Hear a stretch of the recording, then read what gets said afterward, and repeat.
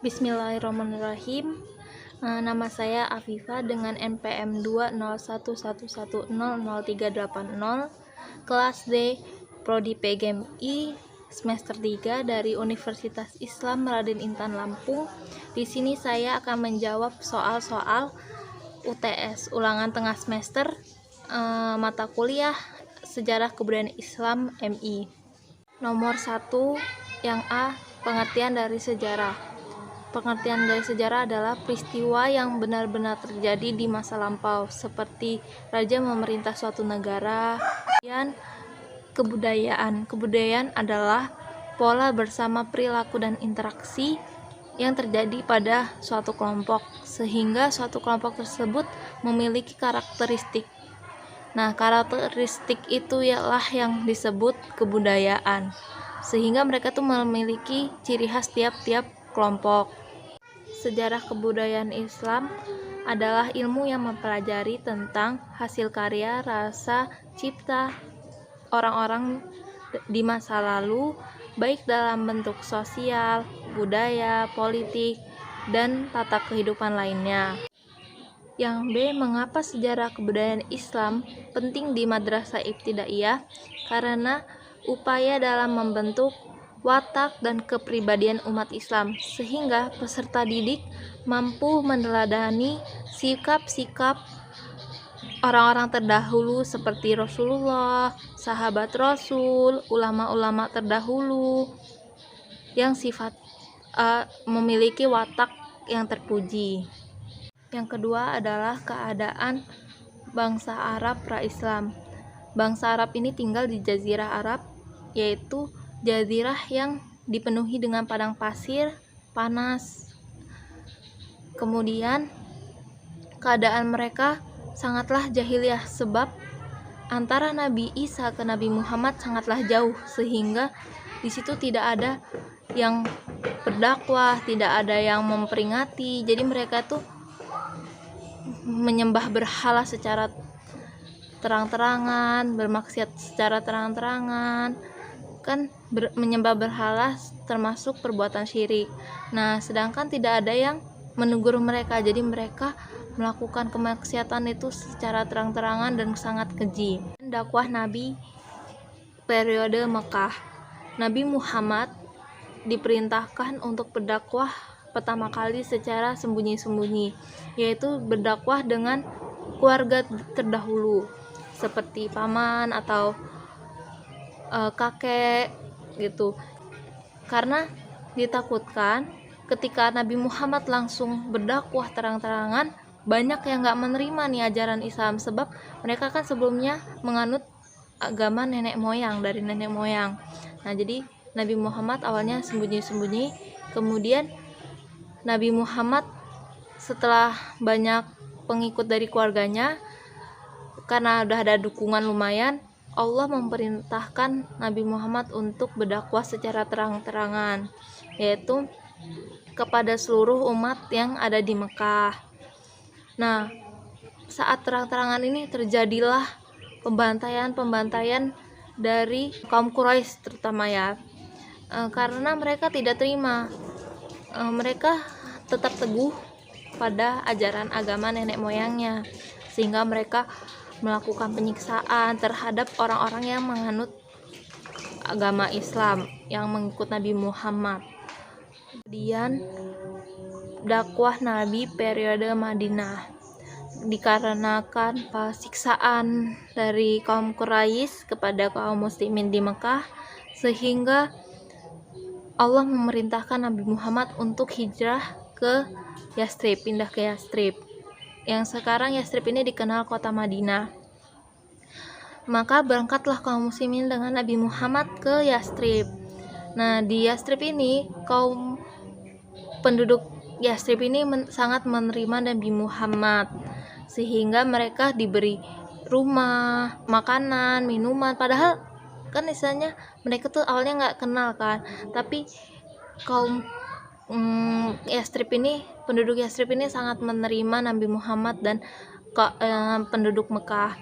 Nah, kaum Madinah ini, penduduk Madinah ini disebut kaum Ansor atau kaum penolong. Nah, sedangkan kaum yang penduduk yang mengikuti Nabi dari Mekah ke Madinah ini disebut kaum muhajirin.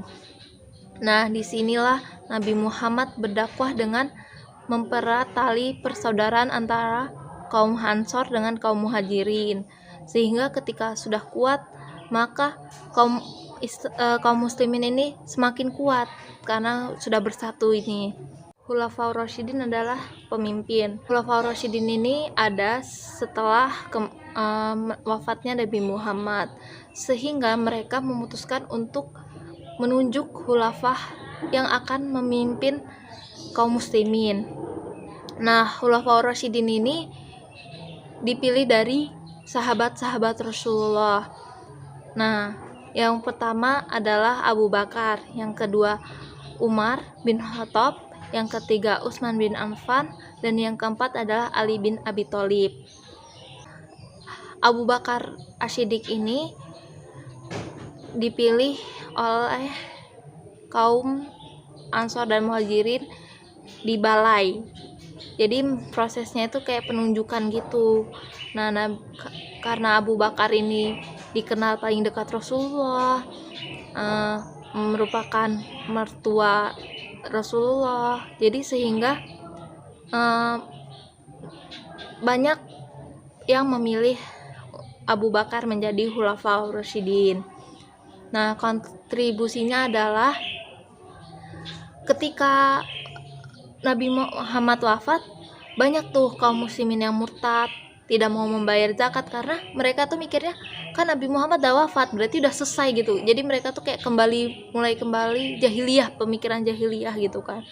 Nah, jadi Abu Bakar ini memberantas orang yang murtad dan yang tidak mau membayar zakat. Nah, bagi orang yang tidak mau membayar zakat dikasih dua pilihan, diperangi atau kembali untuk membayar zakat. Nah, kalau tidak mau membayar zakat maka diperangi. Kemudian yang kedua adalah Umar bin Khattab. Jadi Abu Bakar ini wafat, kemudian ditunjuklah Umar bin Khattab menjadi khulafah pengganti Abu Bakar. Nah, saat Abu Bakar ini banyak terjadi kemajuan, yaitu perluasan wilayah Islam. Jadi Umar ini membentuk pasukan untuk memperluas wilayah Islam. Jadi di masa Umar bin Khattab ini terjadi perluasan wilayah Islam. Jadi mereka menaklukkan Istana Putih, menaklukkan wilayah-wilayah lain yang tadinya itu punyanya bangsa Romawi, segala Persia. Nah, karena Umar bin Khattab ini melakukan perluasan dengan cara perang melawan mereka, sehingga kaum muslimin ini menang dan itu menjadi wilayah kaum muslimin. Nah, dari peperangan yang dihasil dari perluasan Islam itu memiliki harta-harta yang banyak kan, yaitu disebut ghanimah, harta rampasan. Nah, saking banyaknya Umar bin Khattab ini takut kepada umat Islam karena harta-harta yang melimpah ini. Takutnya umat Islam ini tergiur, malah memilih duniawi, lebih memilih harta itu daripada akhirat. Kemudian Utsman bin Affan. Nah, Utsman bin Affan ini karena di zamannya Umar bin Khattab ini terjadi peperangan segala, nah banyaklah gugur kaum muslimin yang penghafal Al-Quran gitu, penghafal hadis, itu gugur di peperangan, sehingga Utsman ini takut ketika penghafal Al-Quran dan hadis ini meninggal, takutnya tidak ada lagi yang mampu menghafal Al-Quran, menghafal hadis, sehingga Utsman bin Affan ini kemudian periode Ali bin Abi Thalib. Karena Utsman dibunuh, sehingga diangkatlah Ali bin Abi Thalib sebagai Khulafaur Rasyidin selanjutnya. Periode Ali ini banyak kaum muslimin yang menuntut Ali untuk mencari siapa pembunuh Utsman bin Affan, karena mereka itu kayak diadu domba oleh kaum kafir. Nah, tapi mereka itu Islam padahal, tapi dalam hatinya itu ingin merusak Islam. Nah, ini namanya kafir zindik. Jadi dia tuh mengadu domba agar Ali ini mencari tahu siapa pembunuhnya, dan mereka juga menyebar fitnah bahwa Ali komplotan dengan pembunuh Utsman. Pokoknya gitu. Jadi sering terjadi huru-hara saat itu. Jadi karena banyaknya desas-desus yang membuat perpecahan kaum muslimin, sehingga sering terjadinya pemberontakan di zamannya Ali bin Abi Thalib. Namun apa sih kontribusinya Ali bin Abi Thalib di zamannya itu? Yaitu membangun kota Kufah di Irak sebagai pusat pemerintahan. Di pusat pemerintahan itu berkembanglah ilmu-ilmu seperti ilmu filsafat, tasawuf, bahasa. Jadi banyak perkembangan ilmu di zaman Ali bin Abi Thalib ini, walau terjadi pemberontakan di zamannya. Sejarah berdirinya dinasti Umayyah berasal dari nama Umayyah bin Abdul Syam bin Abdul Manaf, yaitu salah seorang pemimpin kabilah Quraisy pada zaman jahiliyah. Bani Umayyah ini baru masuk Islam pada kejadian Fathul Mekah memasuki tahun 40 Hijriah. Jadi terjadinya pertikaian politik antara kaum muslimin. Puncaknya ketika terbunuhnya khilafah Ali bin Abi Thalib. Setelah itu umat Islam di wilayah Irak mengangkat Al-Hasan, putra tertua Ali, sebagai khalifah yang sah. Sementara itu Muawiyah bin Abi Sofyan sebagai gubernur provinsi Suriah Damaskus juga menobatkan dirinya sebagai khalifah. Namun karena Hasan ternyata lemah sementara Muawiyah bin Abi Sofyan ini bertambah kuat, maka Hasan bin Ali menyerahkan pemerintahan kepada Muawiyah bin Abi Sofyan. Kemudian kondisi perpolitikan pada masa awal dinasti Bani Umayyah cenderung stabil karena terbentuknya tentara-tentara, karena Muawiyah ini mewajibkan wajib militer kepada penduduknya. Muawiyah dengan kemampuan politik yang mampu meredam gejolak-gejolak terjadi hingga ia mengangkat anaknya Yazid menjadi pengganti, barulah terjadi pergolakan politik. Perkembangan pemikiran hukum Islam karena adanya tokoh mazhab yaitu Imam Hanafi, Imam Maliki, Imam Syafi'i, Imam Hambali. Kemudian pemikiran di bidang pendidikan, yaitu dengan munculnya ilmu filsafat yang lebih mendalam, ilmu di bidang bahasa. Kemudian perkembangan di bidang ekonomi, yaitu mencetak koin emas sebagai alat transaksi yang sah setelah putus dari kekuasaan Abbasiyah. Perkembangan ilmu pengetahuan, yaitu munculnya tokoh ilmuwan seperti ilmuwan bahasa Arab Abu Aswad Ad-Du'ali, ada ilmu kalam, ilmu sejarah, ilmu sastra, dan tentunya ilmu agama. Perkembangan ilmu seni budaya, yaitu dengan munculnya seni ukir dan pahat yang berbentuk khot atau tulisan Arab di tembok-tembok kerajaan. Kemudian adanya seni bangunan dan arsitektur yang membuat istana itu tampak megah dan mewah. Yang kelima adalah sejarah Bani Abbasiyah. Tonggak berdirinya dinasti Bani Abbasiyah berawal sejak merapuhnya sistem internal penguasa Bani Umayyah yang berujung pada keruntuhan dinasti Umayyah di Damaskus. Maka upaya untuk menggantikannya dalam memimpin umat Islam adalah dari kalangan Bani Abbasiyah.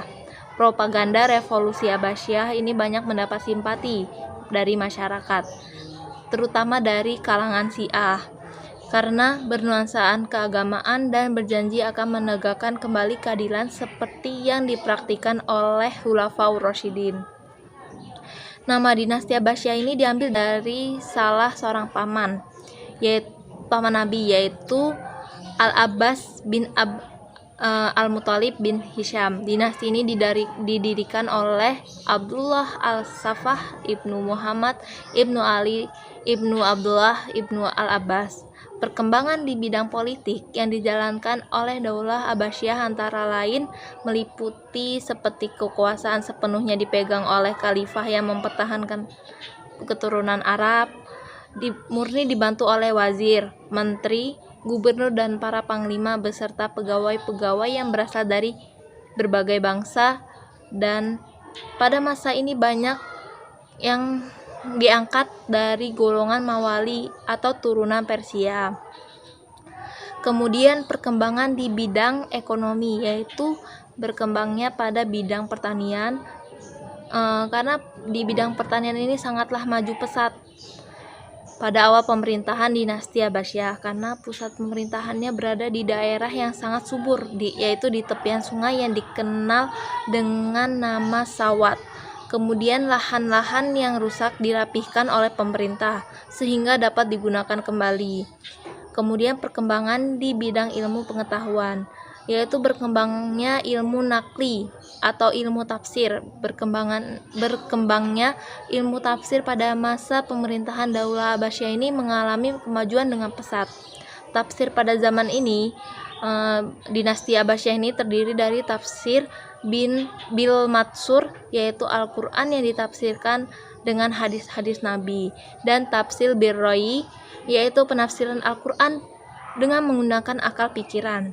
Di antara para ahli tafsir bil matsur adalah Ibnu Jarir Al-Jabari, Ibnu Jarir Al-Tabari, Ibnu Atiyah Al-Andalusi, As-Sudai yang mendasarkan tafsirnya kepada Ibnu Abbas dan Ibnu Mas'ud.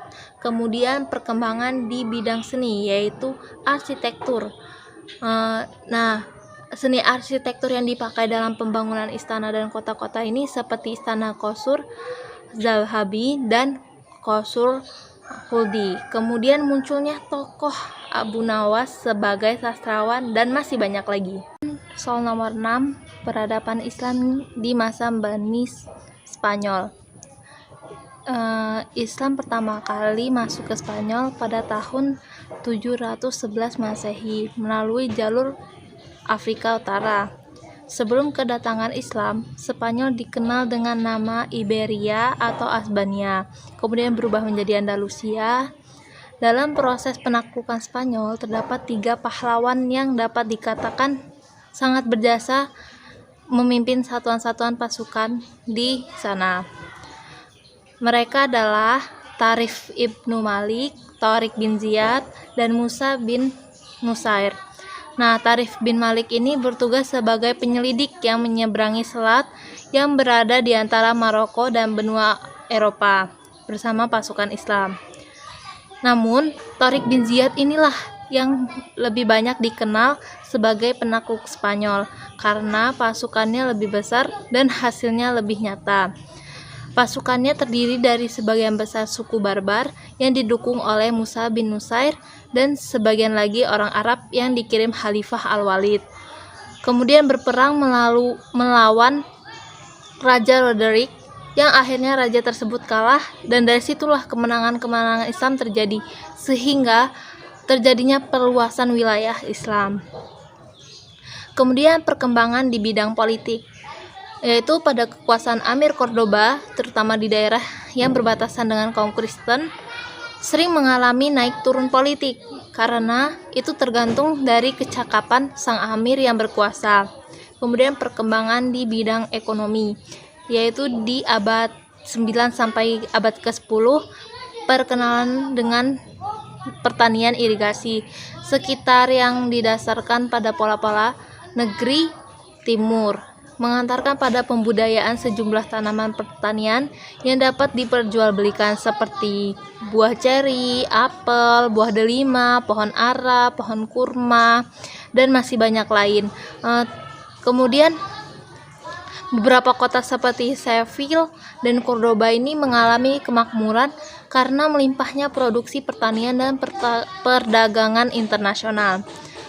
Kemudian perkembangan ilmu pengetahuan, yaitu adanya kemajuan intelektual, kemudian hadirnya tokoh filsafat seperti Abu Bakar Muhammad Ibnu Sayyid yang lebih dikenal dengan Ibnu Bajjah. sehingga pemikiran filsafat ini menjadi lebih luas. Kemudian ilmu sains seperti munculnya Ibnu Sina sebagai bapak kedokteran Islam. Kemudian berkembangnya ilmu fikih, ilmu bahasa dan sastra. Kemudian berkembangnya di bidang musik dan seni suara. Spanyol Islam mencapai kecemerlangan dengan tokohnya Al-Hasan Ibnu Nafi yang dijuluki Zaryab. Setiap kali diadakan pertemuan dan jamuan, Zaryab selalu tampil mempertunjukkan kebolehannya, yaitu pengubah lagu. Sekian